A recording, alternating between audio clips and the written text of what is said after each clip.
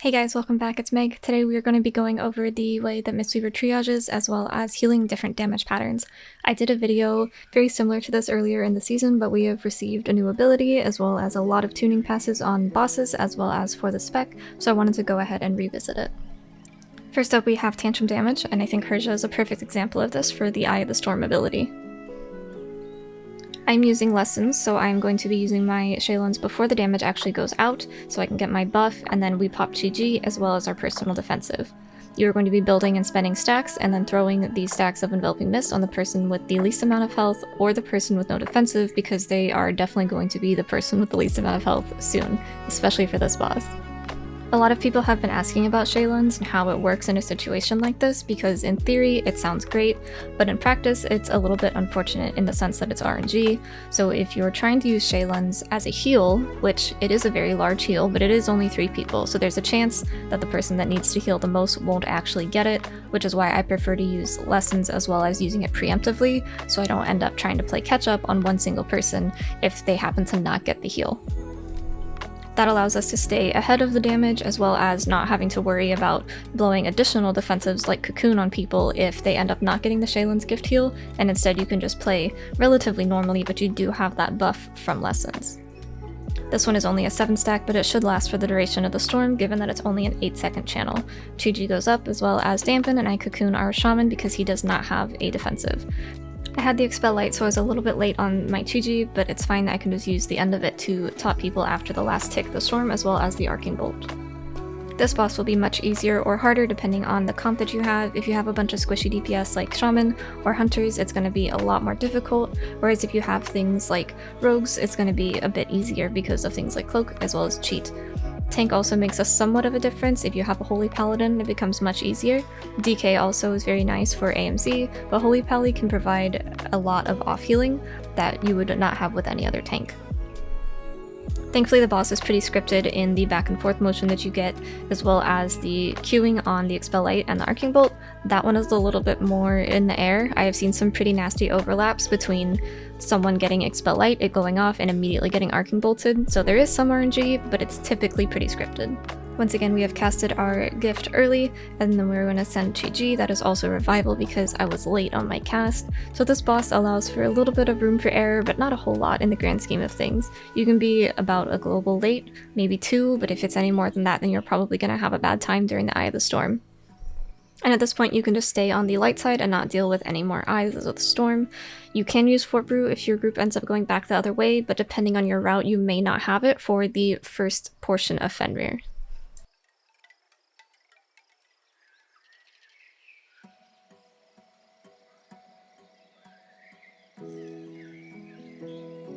The Raging Tempest in the Naka defensive is kind of similar to Hyrja with the Tantrum phase, but he also has a lot of damage outside of that with the lightning strikes. We do need to make sure that people are chopped for the lightning strikes because you can, on a 24, live it without mitigation if you are full health. Unfortunately, the Shaman does die here because I do not have anything to top him as the lightning strike goes off, but we're just going to res real quick before the electrical storm starts. This fight is still the same as it was prior, where you need to get as many orbs as you can. Typically you're only going to have like 5 to 7 for the first storm, but that is also less, as well as a couple other defensives if you want. I send Chi, Diffuse, as well as Life Cocoon, and I do end up revivaling as well as health potting. So I put a lot into this first storm. Part of it is a little bit more difficult in this case because we were not in comms, so I wasn't able to call for other people's defensives or other cooldowns, but we're able to manage, and then we will have Chi for every single storm. You can use Shaylins for a heal after the lightning strikes, but I would highly discourage you from trying to use it during the electrical storm, mainly because it is, again, only going to heal 3 people, and it may not heal the people that need it, and you can lose party members to that. So just like Hyrja, I would recommend trying to get your Shaylins cast out before the actual damage starts so that you have the buff going into the big damage phase.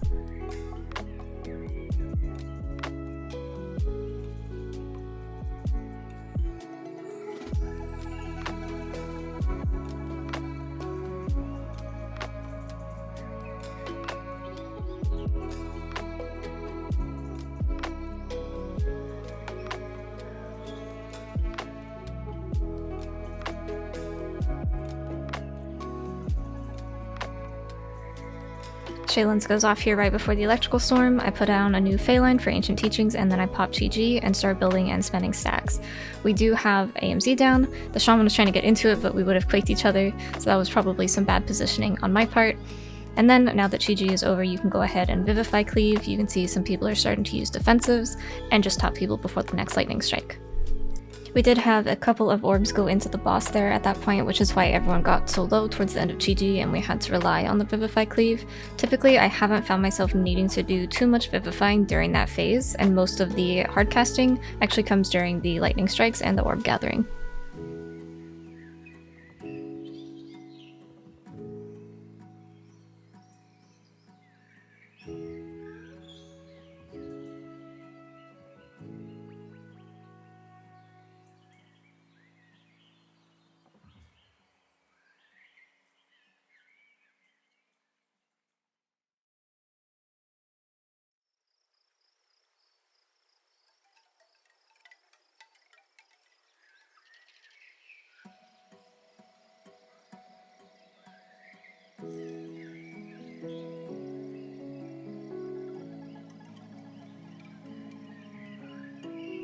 This fight is pretty scripted. It does depend on your defensives and what you have for the group. I went ahead and used Cocoon on the priest there because the shaman is usually my other target for that, but they had astral going, so they did not need 2 defensives.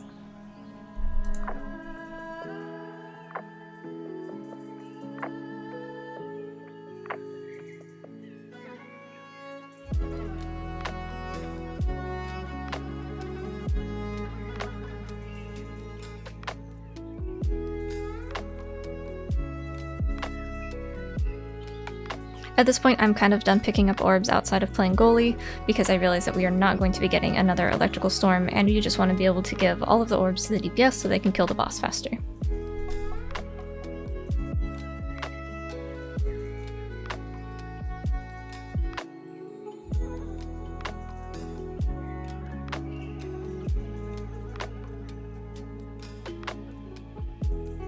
So I know that I just finished saying that I don't use Shaylens as a heal, but in this situation, I am going to be using it as a heal, but it is going to be a precast so that it catches the very first Void Eruption that we get.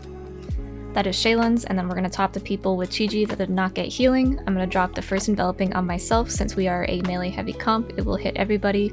And then this is just a game of build and spend to get people topped up before the next cast. It is very, very rare that you will ever have to do 226k HPS in any key right now. At that point, if it's not these mobs, you're probably doing something wrong as a group, like kicks are going off or no one's using defensives or you've overpulled. This is one of the highest HPS pulls in the game right now, so you're not super worried about damage this intense when it comes to burst, but it is definitely something that you should learn how to handle because it does happen occasionally, especially when we have things like Bolster Fort weeks.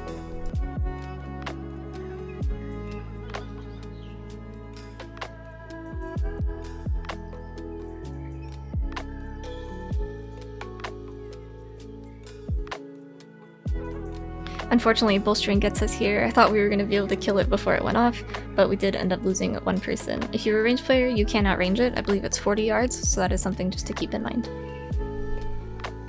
Next up, we have single and 2 to 3 target healing. This is everyone's favorite tyrannical boss during Quaking Week. There's 2 interrupts on this boss that you have to look out for. You have to look out for Quaking as well as the interrupting cloudburst that the troll casts. In the first phase, only one person is going to be getting the Inferno Core or the Flame Spit. You can tell who she is casting on if you just look at her target. You're able to preemptively tell, that way you can pop defensives or use externals as needed. For this first one, I just used Cocoon. You can see when she comes back around on her nameplate, it will show the rogue as her target. That way I can preemptively start my Soothing Mist channel, because I don't want him using his cloak here, I'd rather him save it for the next phase. So there is the precast, and then he gets the application of the debuff, but we were already casting Soothing Mist, so we were ready for it.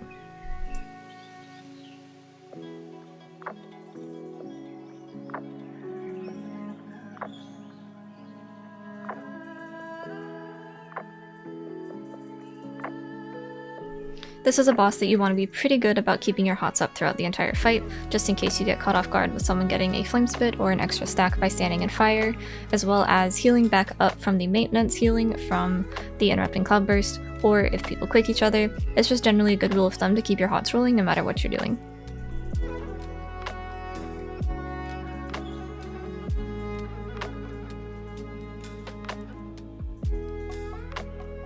And this is every healer's worst nightmare. The overlap of the flame spit and the interrupt is probably one of the worst cases of spell queuing I've seen. So I went ahead and used Shaylens as well as a defensive, and I also used my moat. If I didn't have moat, I would have just put revival there or vivify cleave. Building and spending our enveloping mist stacks here just to try to get everyone covered with it, just in case they get targeted, because this time it is going to be 3 targets getting hit with the flame spit instead of just the 1, so you want to make sure that you have your hot spread accordingly. Quaking just went off there, the flame spit is going out, and then the interrupting cloudburst is coming a couple seconds afterwards, so I do have to stop casting. I went ahead and called for the cloak from the rogue, just so I didn't end up getting interrupted and not able to heal anyone else. Vexamus in Academy is an interesting boss. There was a technique for a while where you could just line the mana bombs, but that has since been fixed and you can no longer do that, so you actually have to do the mechanics. This fight I think I struggle with the most personally, partially because I don't like the damage patterns, because there isn't really a pattern. It is pretty random, consistently 3 people. That's kind of similar to the last one that we just looked at, except this time it is always 3 throughout the entire fight, and it is random with additional overlaps. So the biggest thing on this boss that I can offer is just to be very mindful of where you're using your instant vivifies, your defensives, as well as your healing elixirs. Any of your instant healing that you can use to top people before the bombs expire is going to be your best friend here. I actually probably use Shaylens on this fight the most for healing out of any fight that I've done so far, just because it is 3 people every time, and it is up frequently enough that I feel like I will always make use of the buff or the heal.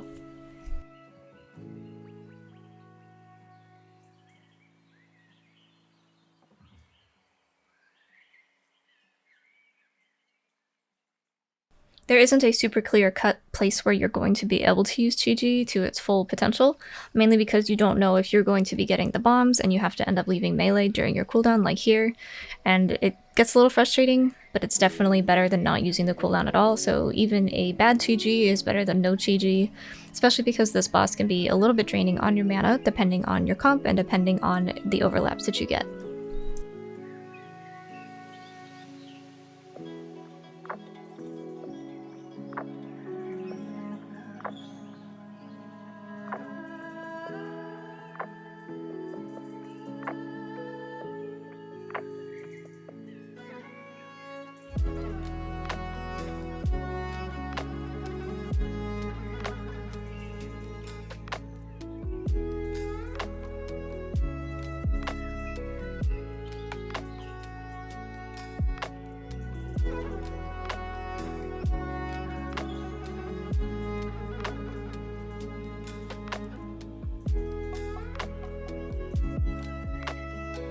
Overall, this boss feels very chaotic, which is why I'm not a big fan of it, as well as how many bad overlaps can happen that even if you do have a defensive, you may just end up dying through it anyway. That has happened a couple of times to some of the more squishy classes, and it has even happened to some of the more tanky classes getting this bomb right into the knockback.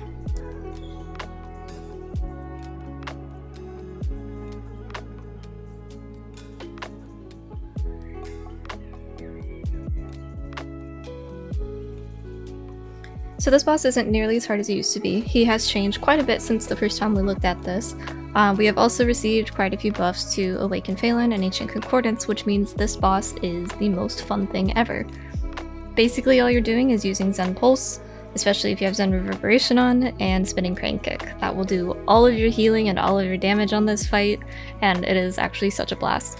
But I wanted to show it not because it's difficult, but because people tend to not rely enough on Awaken Phelan as a whole.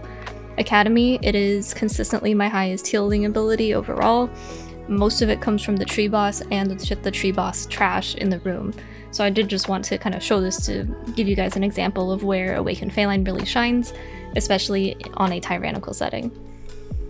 If you want to use Chi-Ji to cover the portion of the splinter bark that is not cleared by the tree, then you can, but you should just be fine with throwing out an occasional Vivify as well as relying on the rest of your hots. So yeah, the boss is pretty free, and then as Monk, pretty much the only button you need to push on this fight is Phalanx Stomp and Spinning Crane Kick.